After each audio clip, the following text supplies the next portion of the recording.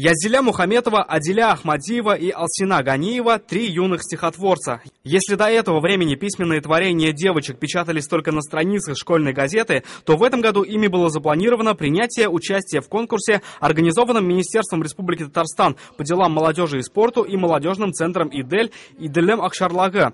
Результат отрадный. После выхода в финал в течение 3 дней в Казани девушки встречались с писателями, поэтами и такими же, как и они, молодыми сочинителями.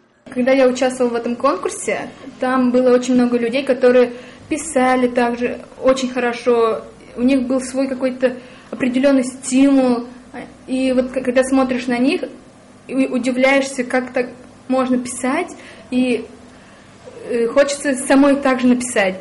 И все время хочется все лучше и лучше, и чтобы это получилось, надо стараться.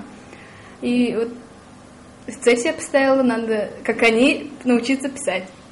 С девочками я работаю 3-й, наверное, год. Я вижу, что у них писать стихотворение получается в какой-то степени. И мы, увидев по интернету положение, сразу же подумали и отправили эти стихотворения, и через месяц нам уже пришел ответ. Мы, конечно же, обрадовались.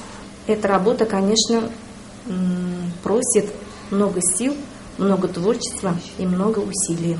Свои силы, благодаря разнообразию написанных работ, молодые стихотворцы решили попробовать в разных жанрах. Язиля и Алсина выбрали поэзию, Адиля – детскую литературу. Алсина большее внимание в своем творении уделила теме войны. Брат моего дедушки был в войне. Он вернулся домой со сломанной ногой. Смотря на него, я написала стих. Эту сказку посвятила своему маленькому братишке, который, он любит слушать разные рассказы такие. Основная тема моего стихотворения была посвящена татарскому языку, моему родному языку. И так как в последнее время татарский язык исчезает, пропадает, мы начинаем сами уже татары, разговариваем на русском языке, и вот это является самой большой проблемой, и я эту проблему раскрыла в своем стихотворении.